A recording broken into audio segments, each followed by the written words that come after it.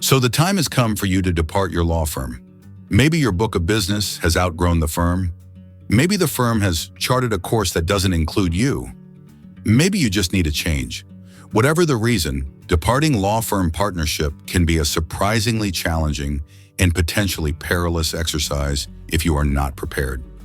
The good news is that if you follow a few straightforward steps, you can transition your practice to a new firm with your clients and your sanity intact. Let's start by talking about your clients.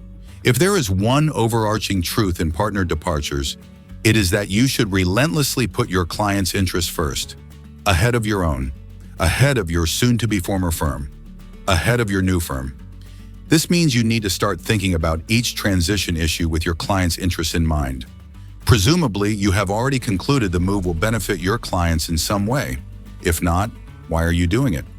But at each transition stage, ask yourself what choice would be best for your clients, what would most protect their interests, and what would most benefit them. Everything you do in the transition of your practice will be viewed from the perspective of clients, and this will also help explain instances where you cannot comply with contractual requirements. Next, and this may sound elementary, but a critical first step in any partner departure is knowing your rights from and obligations to your former firm.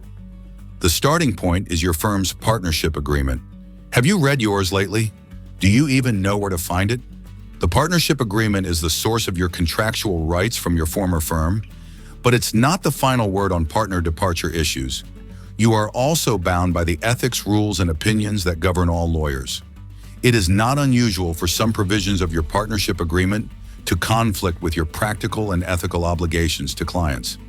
If this happens, you'll need a plan to balance your obligations to the firm with your ethical obligations to clients. Now let's address some real-world practical considerations depending on your plans.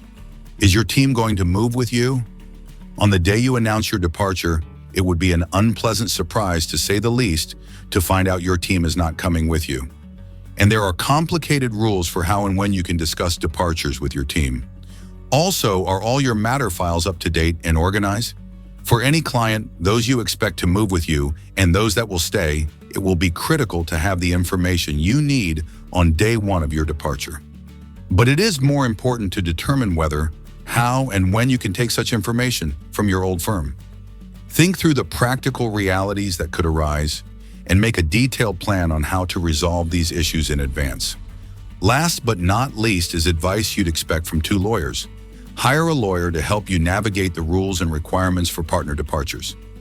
Many of the rules are not entirely clear, and getting counsel can help you comply with applicable rules.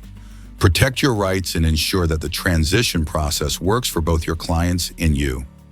And if a dispute should arise with your former firm on any issue, you will be ready to address it